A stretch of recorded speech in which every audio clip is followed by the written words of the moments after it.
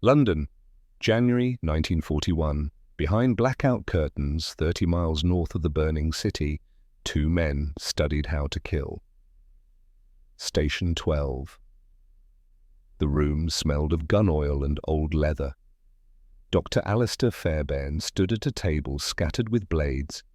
60 years old, spine straight as a bayonet, hands scarred from 2 decades policing Shanghai's blood alleys. 14 knife wounds, 7 bullet grazes. Across from him, Edmund Sykes, 55, Birmingham weapons engineer. Together they had designed the Fairbairn-Sykes fighting knife. 7 inches of steel, standard issue for every British commando. But tonight they worked on something smaller, something that weighed less than a pocket watch. Churchill's order had been clear. Give them a final option. Fairbairn picked up a sliver of metal, 2 inches long, narrow as a thumb, sharp enough to split a dropped hair. "It won't work," he said. "A blade this small, a man handcuffed in a locked room. You're asking me to design hope. I deal in reality." Sykes leaned closer. "Then design the illusion of hope. We send them into occupied territory with forged papers and tell them they're making a difference. Most will die. This just admits the truth. You're probably going to die, but you'll die fighting." Fairbairn said nothing. Outside, an owl called across frozen grounds. "The timings," Fairbairn said finally, "on the timetable of death, carotid artery, 5 seconds to unconsciousness. Those numbers are lies." "What?" "Medical fiction. A man doesn't lose consciousness in 5 seconds from a severed carotid. Not reliably. The real number, 8 seconds to a full minute, and in 8 seconds, a trained soldier can empty a pistol." "Then why publish it?" Fairbairn turned to the window. Beyond the glass, Britain's darkness stretched to occupied Europe. "Because a man facing torture in a Gestapo basement doesn't need accurate data. He needs to believe he has one last card to play, even if the deck is stacked." Sykes nodded. "Then we build it, and we tell them it works." They worked through the night. By dawn, they had specifications: blade length, 2 inches, weight, 40 grams, double-edged, needlepoint, black finish, no traditional handle, just a narrow grip wrapped in cord. The genius came in the sheath. Sykes designed it himself. Thin metal, 8 small holes punched around its perimeter. Holes that would accept thread. That would allow the entire assembly to be sewn directly into clothing, into a jacket lapel, a shirt collar, a coat lining. The blade would become part of the garment itself. "Production?" Fairbairn asked. "Sheffield, 2 weeks for the first batch, 47 units. Make them sharp." Fairbairn took the prototype and drew it across his forearm. Blood welled in a thin line. "That's sharp." The seamstress arrived 3 days later. Constance Wilmot, 48 years old, widow, 2 sons serving in North Africa. Before the war, she'd worked Savile Row, could identify fabric origin by touch, could reproduce any continental stitching pattern from memory. Fairbairn showed her the blade, explained what he needed. Constance held the weapon to the light. "You want me to sew a man's last chance into his collar? Make it invisible?" "Yes." "How many are you expecting to come back?" Fairbairn said nothing. She nodded. "I'll make it work. But understand something, Doctor. Every time I sew one of these, I'll be praying the man wearing it never has to reach for it, because if he does, it means everything else has already failed, and he's probably going to die anyway." Testing began in February.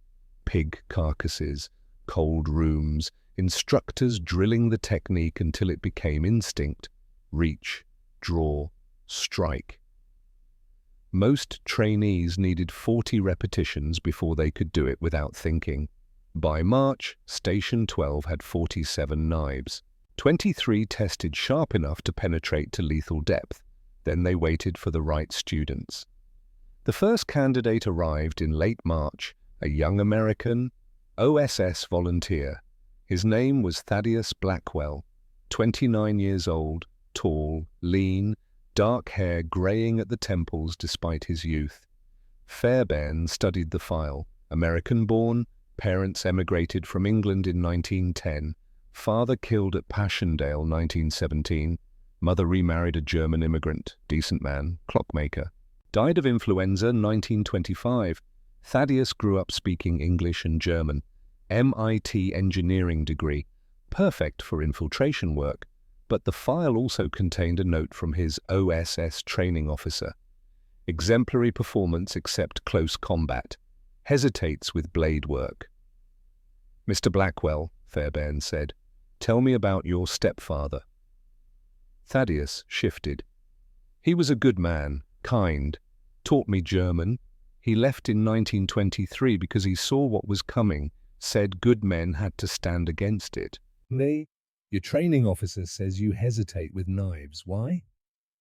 A long silence. Rain pattered against windows. "When I was 15, Thaddeus said finally, I worked in a machine shop. Summer job. A lathe malfunctioned. Threw metal through an operator's neck. Severed his carotid. He was standing 3 feet from me. And I watched him die. Took 90 seconds, not 5, not 12, 90. He was conscious for most of it, trying to hold the wound closed, looking at me. We couldn't do anything. That's why you hesitate. Yes, Fairbairn closed the file. The human body contains 5 liters of blood. Loss of 40% induces shock. Death by exsanguination is slow and ugly. The movies lie, the manuals lie. I know. But you volunteered anyway. Why? Because slow death in an accident is still better than what the Gestapo does. At least it was quick by comparison. What they do in those basements is deliberate, refined into a science. I'm going to teach you to kill with a knife, Mr. Blackwell, not because you'll enjoy it, but because the day may come when the alternative is worse. And when that day comes, I need you to be ready. I understand. This isn't about bravery, it's about survival. The knife I'm going to give you isn't a hero's weapon, it's insurance, the thing you carry, hoping you'll never need it. Thaddeus met his eyes. Then teach me. Training began at Camp X in Ontario, Canada, joint SOE-OSS facility. Thaddeus proved exceptional at most skills: radio operation, demolitions, cipher work, map reading. His engineering background served him well, but put a knife in his hand and something changed. His movements became wooden, hesitant.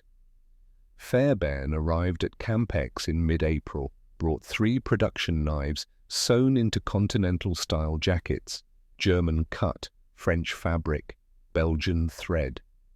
He found Thaddeus alone in the practice room, 2 in the morning, draw, thrust, reset, over and over. Smooth, technically perfect, lifeless. How many times have you done that tonight? 243. Put it down, Thaddeus obeyed. That man in the factory, Patrick Murphy, did he have family? Wife, 3 kids, the youngest was 6. And you've carried that for 14 years. Yes. Fairbairn picked up the training knife. I'm going to tell you something they don't teach in manuals. The hardest part of killing isn't the physical act, it's the moral weight. The knowledge that somewhere, someone will mourn. He pulled out one of the production blades, the real thing. This weapon was designed for one scenario. You're captured, restrained, facing torture and death. You have one chance.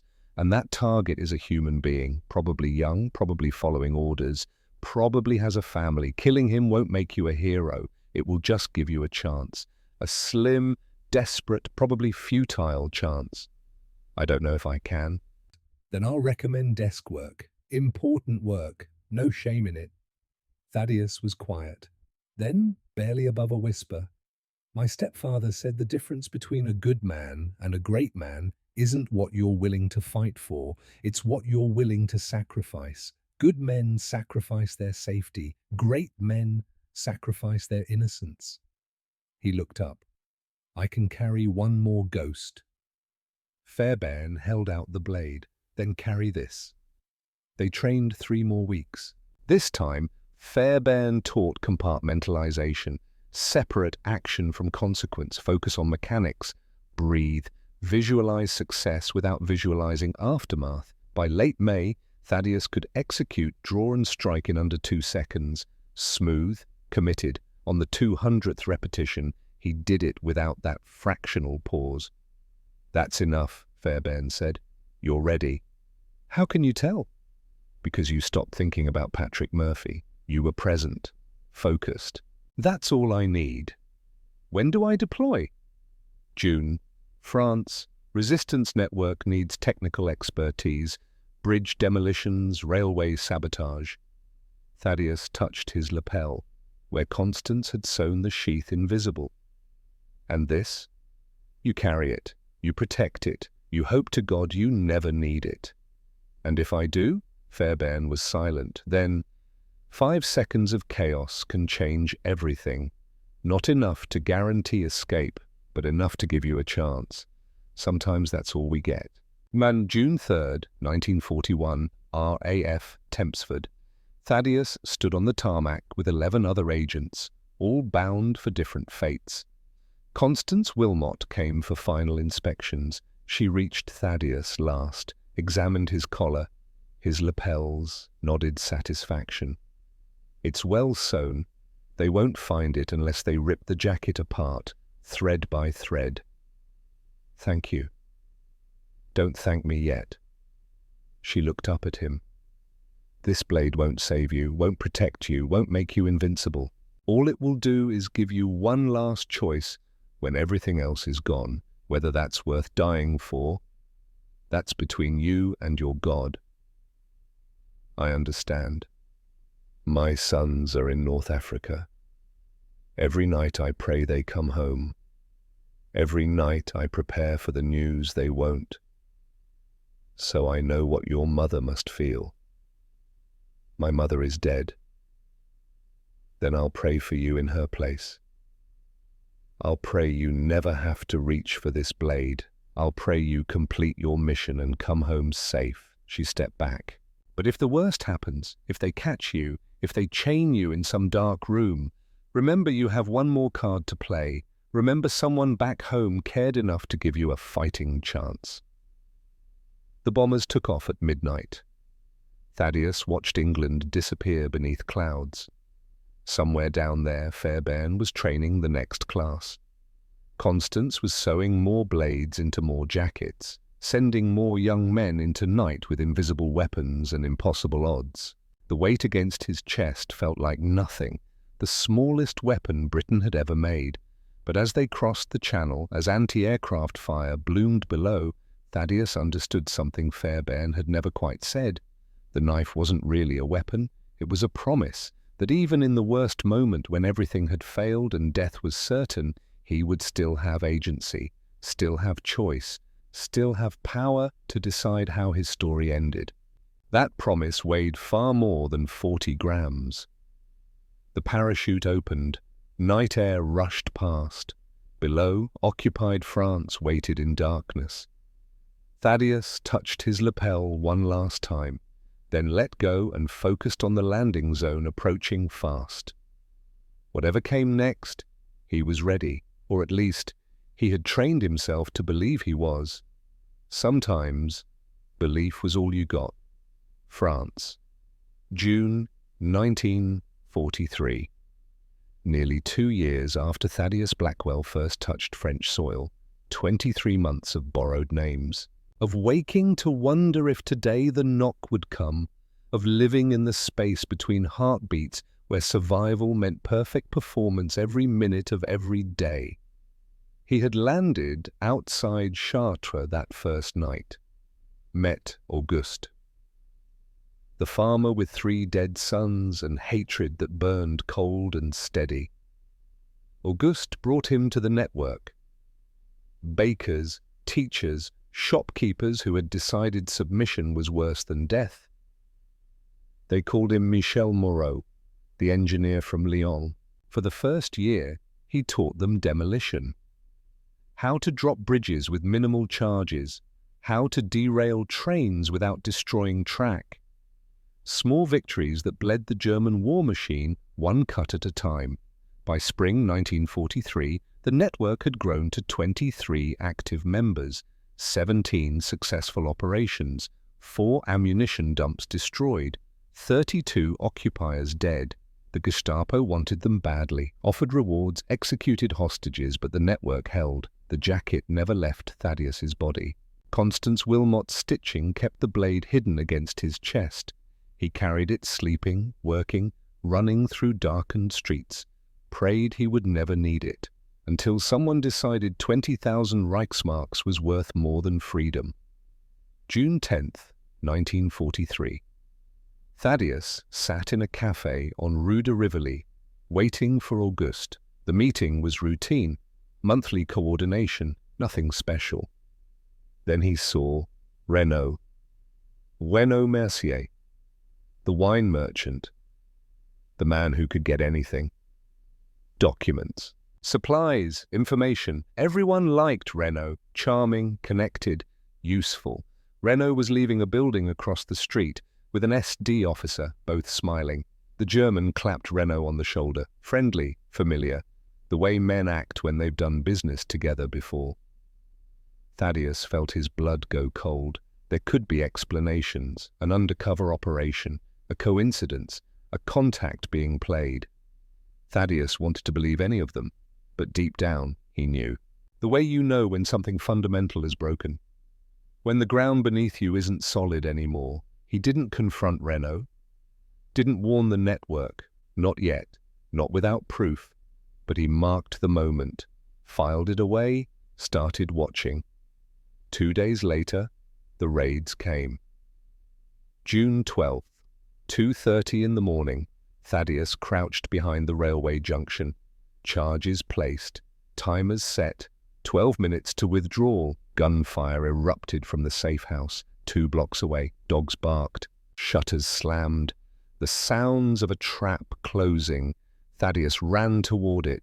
Stupid, emotional, everything training said never to do. But Auguste was there, Auguste who had become like family. He rounded the corner, saw the trucks, the soldiers, the bodies in the street. Auguste face down on cobblestones, not moving, blood pooling black under streetlights. An SD officer turned, young, surprised. Both men froze for a heartbeat. Then the officer reached for his pistol. Thaddeus was faster. One suppressed shot from the well rod. The officer dropped, but others had seen, heard. Boots pounded pavement. Thaddeus ran, almost reached the river, almost made the backup route. The bullet caught his shoulder, spun him, dropped him gasping while rifles surrounded him. They zip-tied his wrists. Professional violence followed, controlled, designed to hurt without damaging valuable goods. Then the truck. The drive across Paris as dawn broke, past streets he'd learned in darkness, past monuments that would outlast all of them. The truck stopped at 84 Avenue Foch. Elegant Haussmann architecture, wrought iron balconies. Before the war, wealthy families. Now, the Sicherheitsdienst, the men who extracted secrets. 3rd floor, windowless room, chair bolted to the floor, drain in the center, tools on a metal table that looked medical, clinical. The Germans had refined interrogation into science, but before experiments came inventory, before questions came searches. The first search was thorough. 2 soldiers, methodical. They emptied his pockets, found the forged papers, maps, compass disguised as a button, the well-rod's spare magazine, lockpicks in his belt, escape map in his boot heel. They removed his shoes, cut the laces, checked the hollow heels, took his belt, his watch, his jacket went onto a table for later examination. The blade stayed hidden. Constance Wilmot's stitching held. 3 hours later they searched again. New team, fresh eyes. This time they cut the jacket's lining, examined the padding, checked collar construction, lapels, cuffs. One soldier held the jacket to the light, ran fingers along the seams. Thaddeus forced his breathing steady. The man's fingers passed within an inch of the blade. Moved on, they found the cyanide pill, the L pill sewn into the collar. Standard SOE issue, the suicide option. The soldier held it up triumphantly. Within minutes, an officer arrived, examined it, smiled. Clever. But we always find them. You understand what this means? No escape now. Only the long road. Only our questions and your answers. Thaddeus said nothing. The third search came at midnight, 16 hours after capture. 3 searches this time. Assumptions that he was SOE. Valuable, therefore carrying more than standard equipment. They heated the jacket, checked for invisible ink, examined it under magnification, tested the fabric, took apart the buttons one by one, spent 40 minutes while Thaddeus watched and prayed. They found nothing. The jacket went back on the table. The blade remained invisible. When they left, Thaddeus allowed himself to breathe. 3 teams of experts, and they had missed it every time.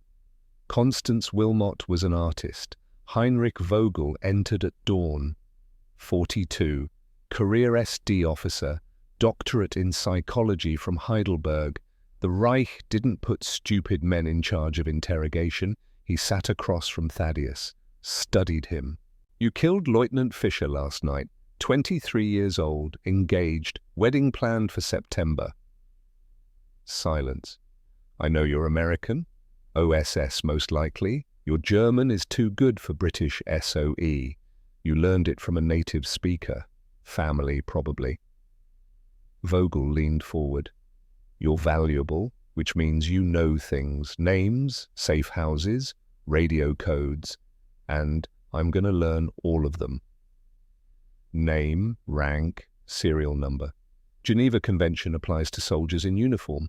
Not to spies in civilian clothes. You have no protection here, no rights, no hope of rescue. You are effectively no one. The interrogation began.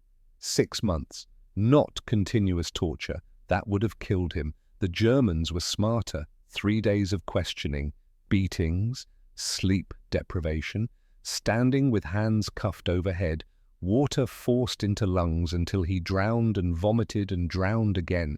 Electric shocks, then 3 days of rest, medical attention, food, sleep. Let hope creep back.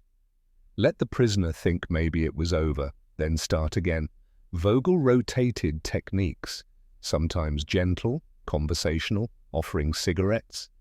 Speaking of philosophy and art, sometimes bringing photos, dead resistance fighters, executed civilians, bodies in ditches. Thaddeus held.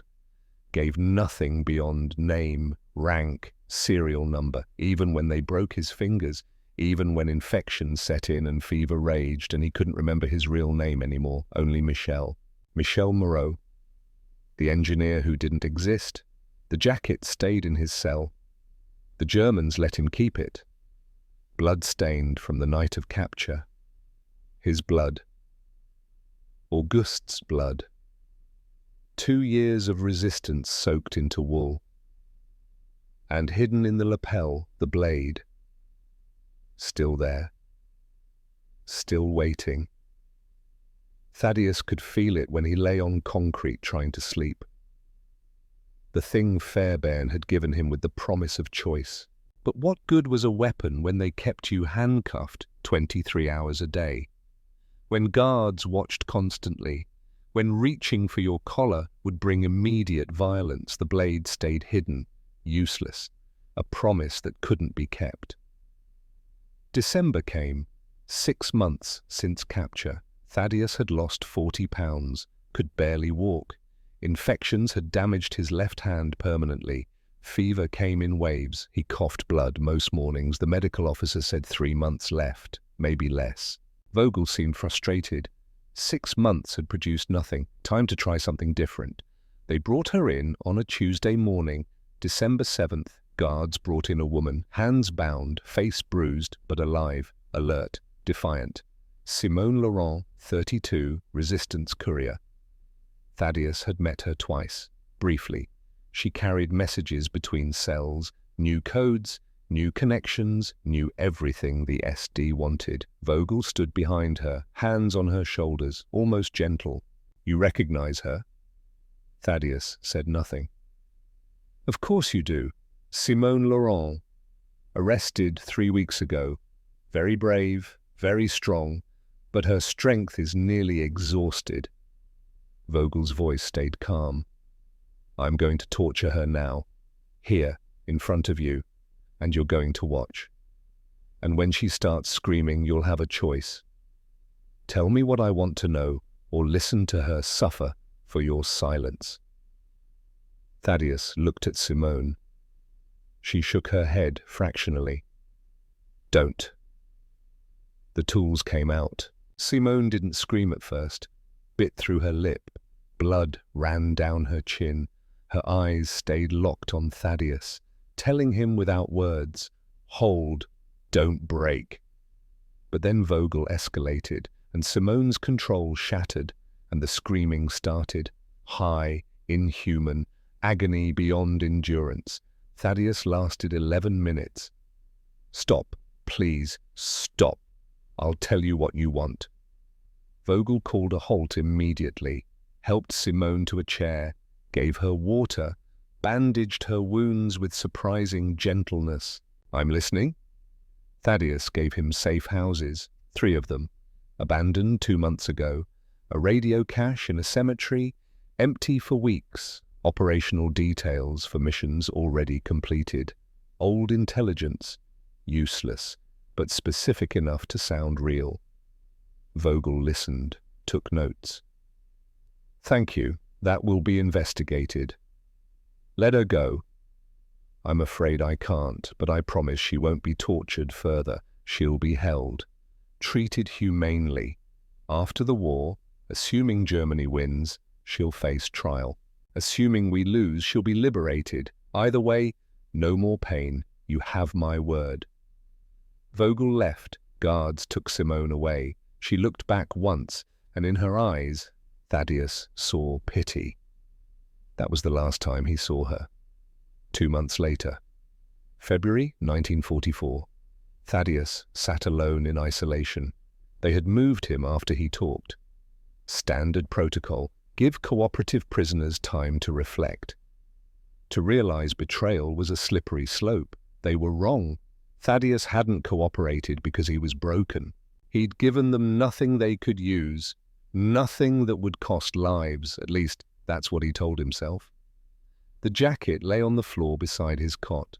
They'd finally returned it. A reward for cooperation. It still smelled like cordite and blood and 2 years of desperate resistance, and still carried the blade.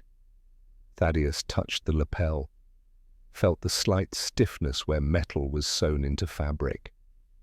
8 months since capture, the blade had stayed hidden through everything.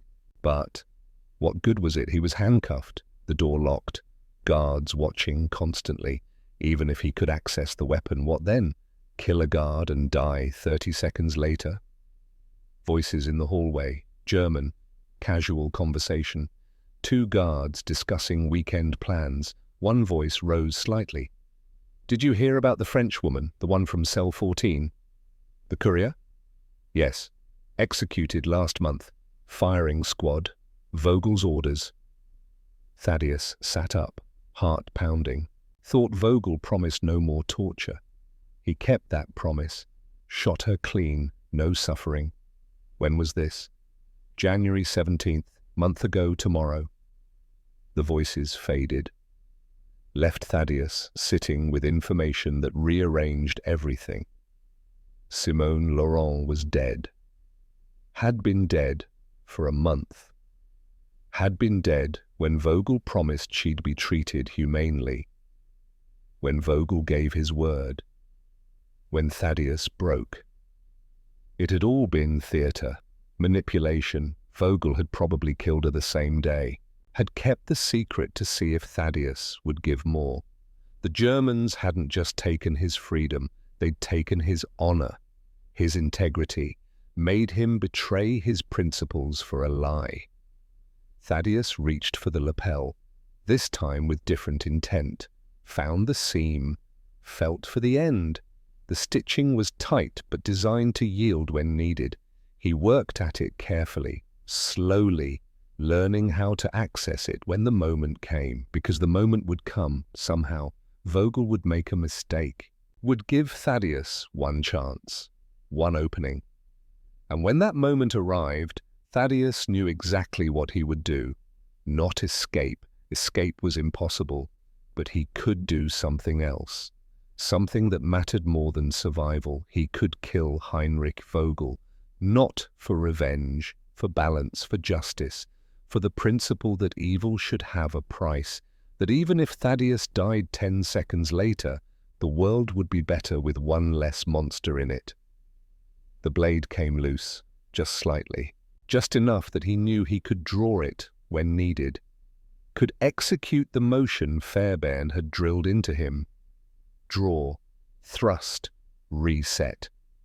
He pushed it back into place, smoothed the lapel, lay back on his cot, waited. Outside, winter faded into spring. March arrived, the war continued, young men died in mud and snow and burning cities.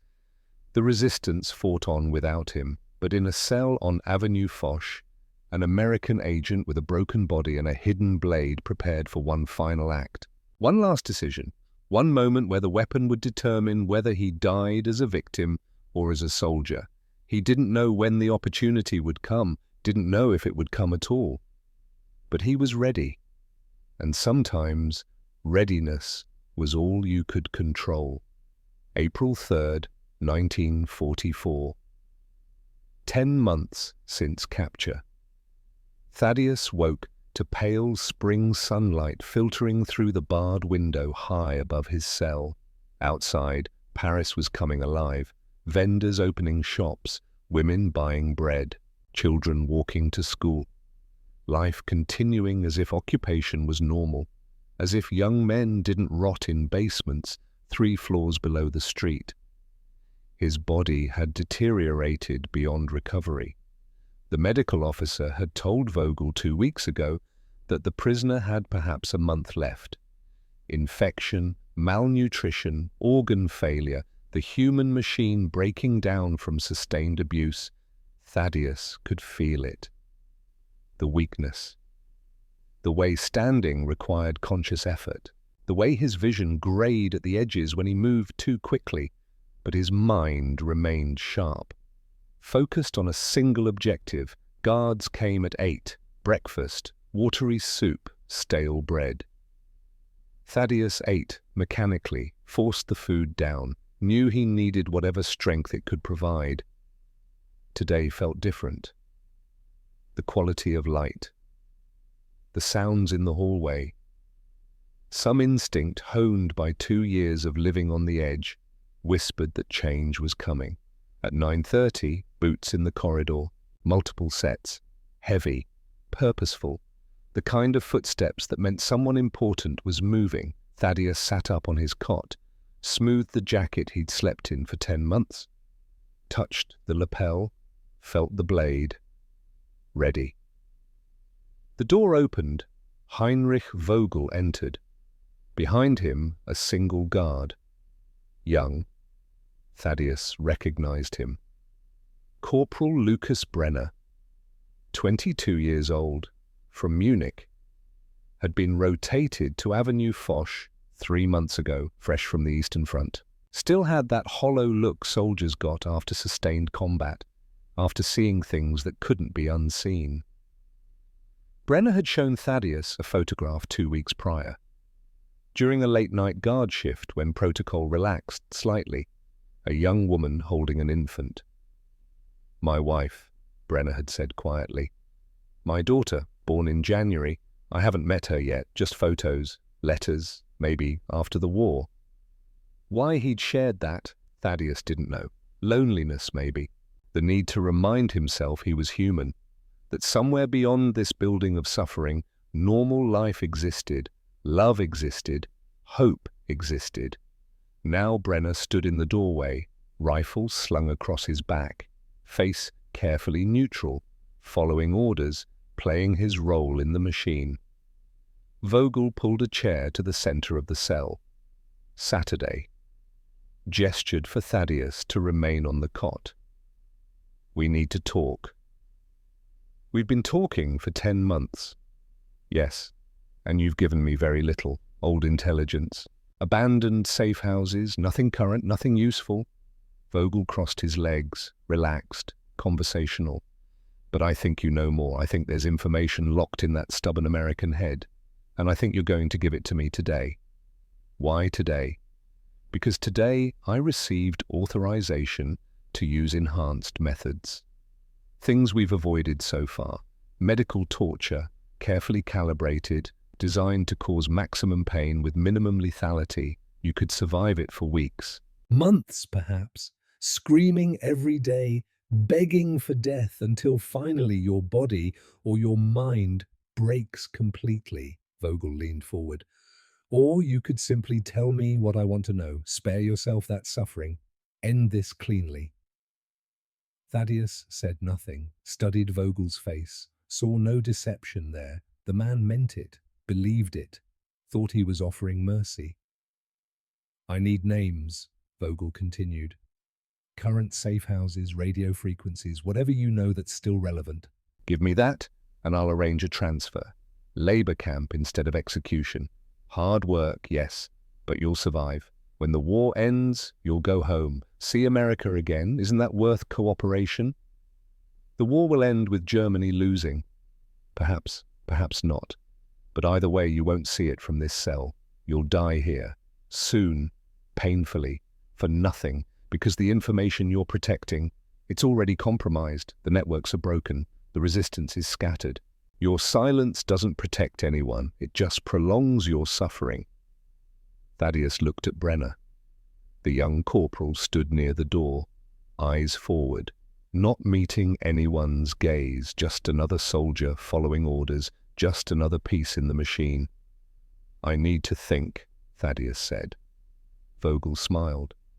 Of course, I'll give you 10 minutes. Corporal Brenner will stay with you. Ensure you don't do anything foolish. When I return, I'll need your answer. He stood, straightened his uniform, walked to the door, paused.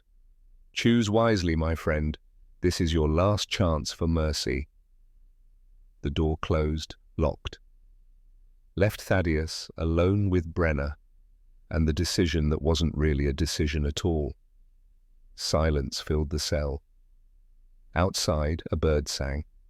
Somewhere in the building, footsteps echoed, the sounds of occupation, of war continuing, regardless of individual choice. Brenner shifted his weight. Uncomfortable, being alone with a prisoner violated protocol. But Vogel was his superior officer. Orders were orders. Thaddeus watched him.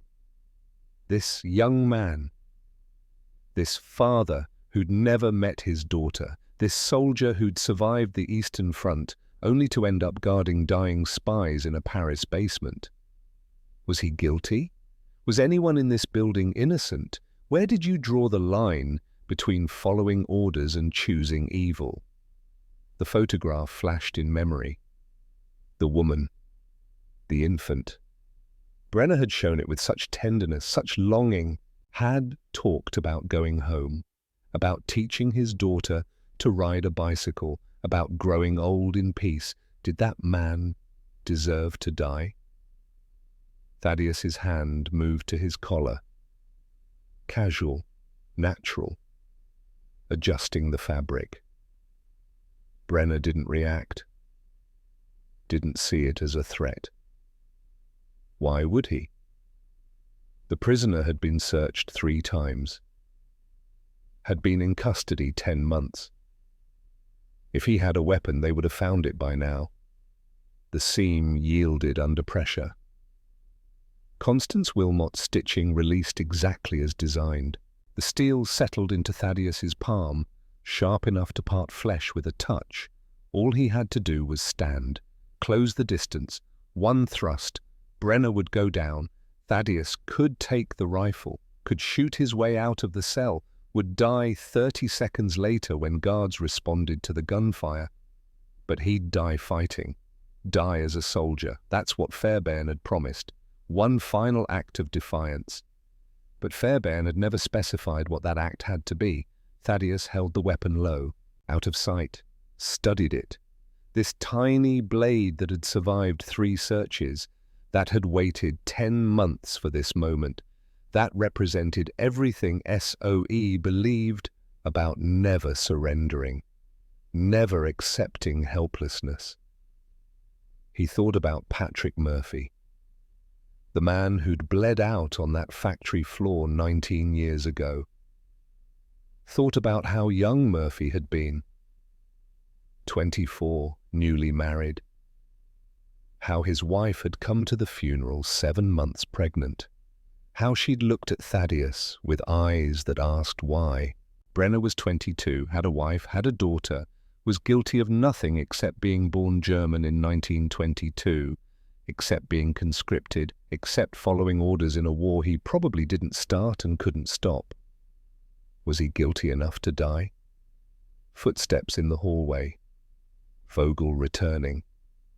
10 minutes elapsed. Time for answers.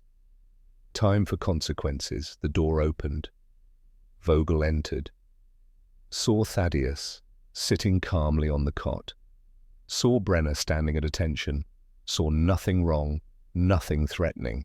Just a broken prisoner and a young guard and another day in occupied Paris. "Have you decided?" Vogel asked. Thaddeus stood, slowly, carefully, the blade concealed against his palm, hidden by his body. "Yes." "And?" "I have information about current operations, but it's complicated, technical. I need to show you on a map." Vogel's eyes narrowed, suspicious, but also intrigued. 10 months of interrogation coming to fruition, finally. "Brenner, get the maps from my office. The detailed Paris city plans." Brenner hesitated. "Sir, protocol says I shouldn't leave you alone with... I've been interrogating prisoners since before you were born, Corporal. I think I can handle one half-dead American. Get the maps, now." "Yes, sir." Brenner moved to the door, unlocked it, stepped into the hallway. The door swung shut behind him. The lock engaged from outside, leaving Thaddeus alone with Heinrich Vogel, the man who'd tortured him for 10 months, who'd lied about Simone Laurent, who'd broken fingers and pulled nails and drowned him in bathtubs, who represented everything wrong with this war, this occupation, this machinery of suffering. "Show me," Vogel said. What information do you have?" Thaddeus crossed the cell. 3 steps. Vogel stood near the chair, relaxed, confident. Not threatened by a prisoner who could barely walk, who weighed maybe 120 pounds, who looked like a strong wind would knock him over. "It's about the rail network," Thaddeus said. "The sabotage points we identified. There's a pattern. You need to see it to understand." He reached into his jacket. As if retrieving papers, Vogel watched, still not alarmed, still thinking this was cooperation, capitulation, victory. The blade came out fast, Fairbairn's training taking over, muscle memory from 100 repetitions, draw, thrust. The steel drove into Vogel's throat just below the Adam's apple, angled upward, seeking the carotid artery the way training had specified. Vogel's eyes went wide, hands came up, grabbed at Thaddeus, but shock was already setting in. Blood pressure dropped, consciousness faded, not in 5 seconds, not like the charts promised, but in 8, 9, 10. Vogel sank to his knees, still grasping, still trying to fight, but the body was shutting down, prioritizing brain, heart, lungs, everything else secondary. Thaddeus held firm, watched, felt nothing, no triumph, no satisfaction, just grim acknowledgement that one monster fewer walked the earth. Vogel collapsed, face down, blood spreading across the concrete floor, draining toward the center, toward the drain they'd installed for exactly this purpose, for easy cleanup after interrogations. The irony wasn't lost on Thaddeus.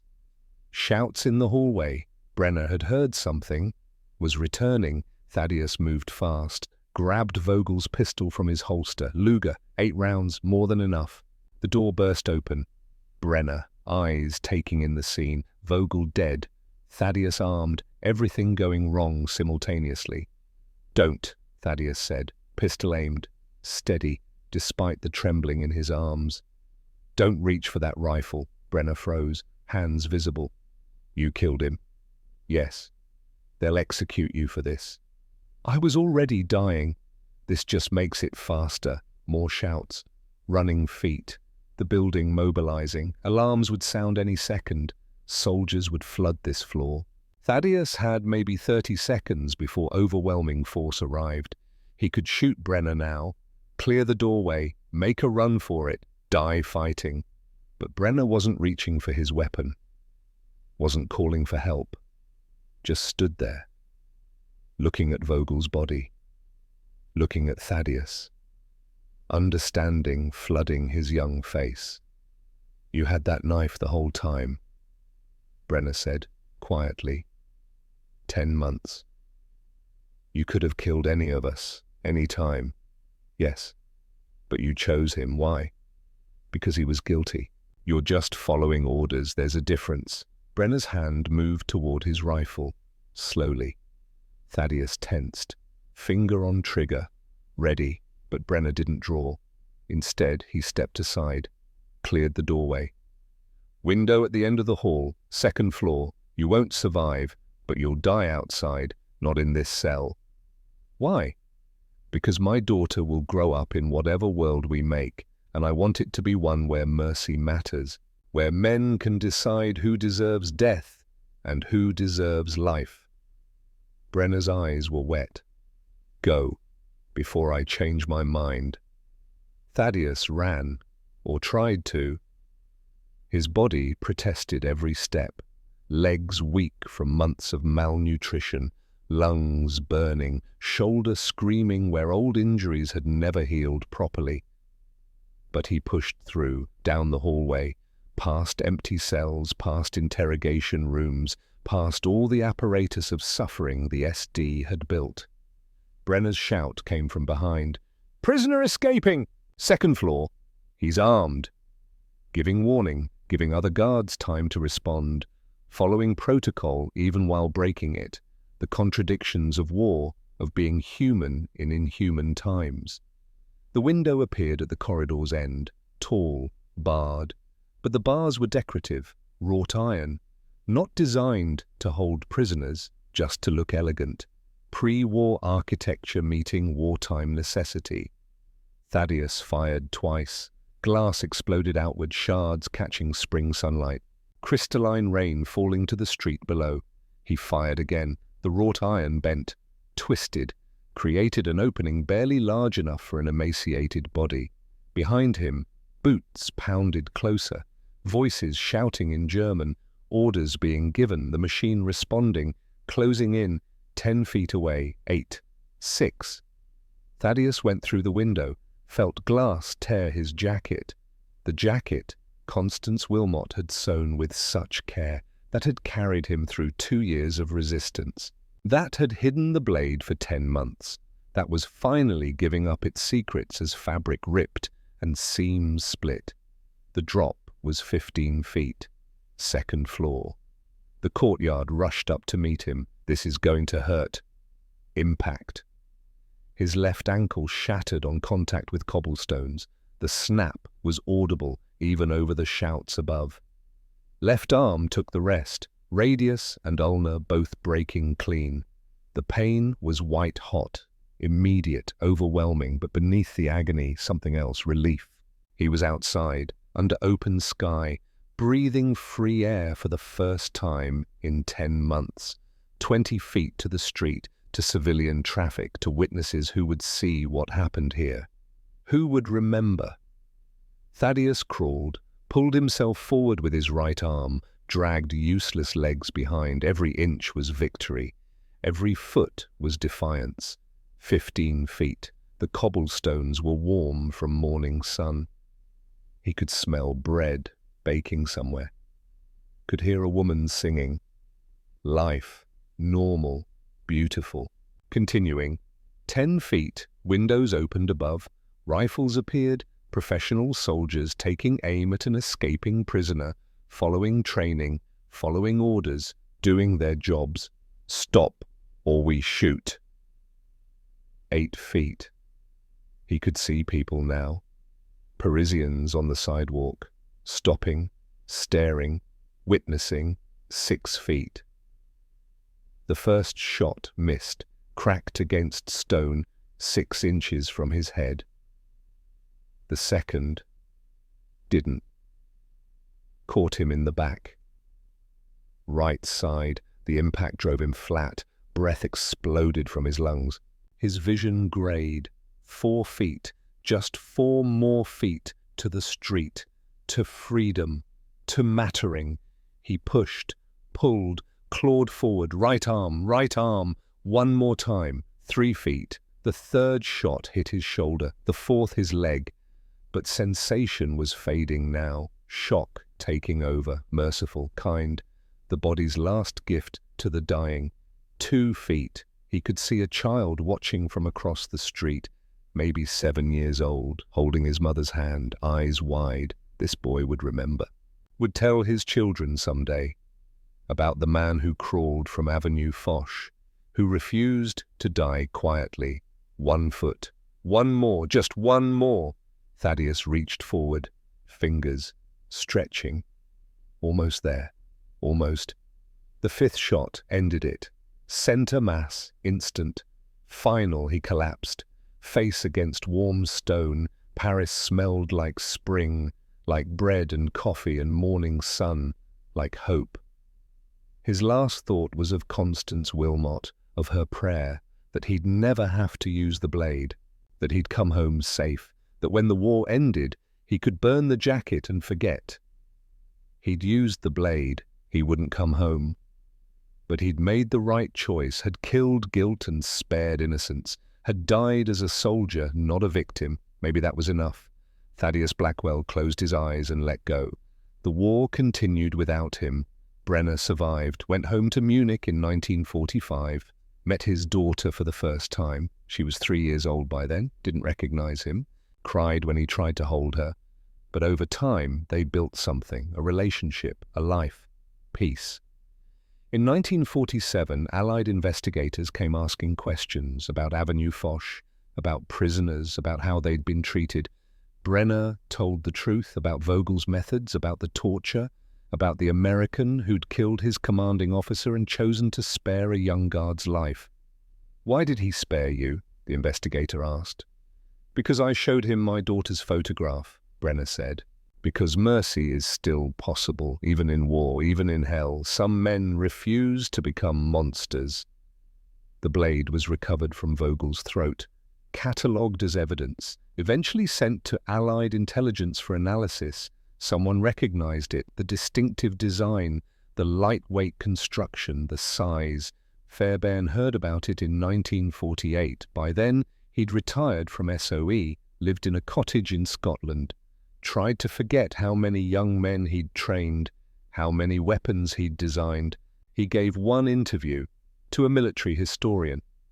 When asked about the lapel knife, he paused for a long time before answering.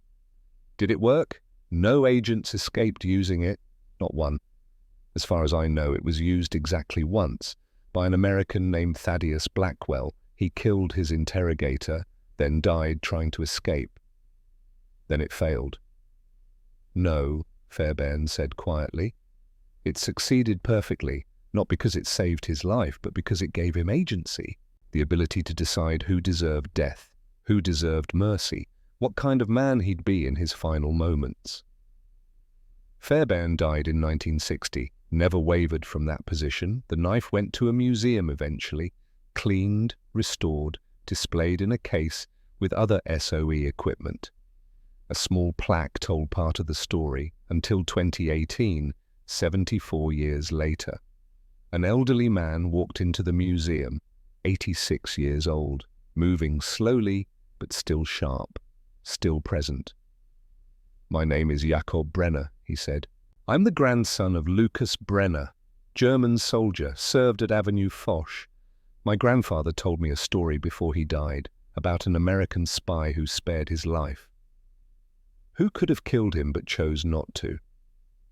The curator listened, recorded the story. Jakob donated his grandfather's diary, pages describing that day, the escape, the decision, the aftermath. My grandfather lived because of Thaddeus Blackwell's mercy, Jacob said, which means my father lived, which means I lived, which means my children and grandchildren live, all because one man made a choice, chose who deserved death and who deserved life, chose to be human when the world was inhuman. The museum updated the plaque, added the names, added the story. The knife rests in its case now, under glass, under lights, a silent witness to one man's final decision. One moment where a tiny blade changed everything. Not because it saved a life, because it defined one.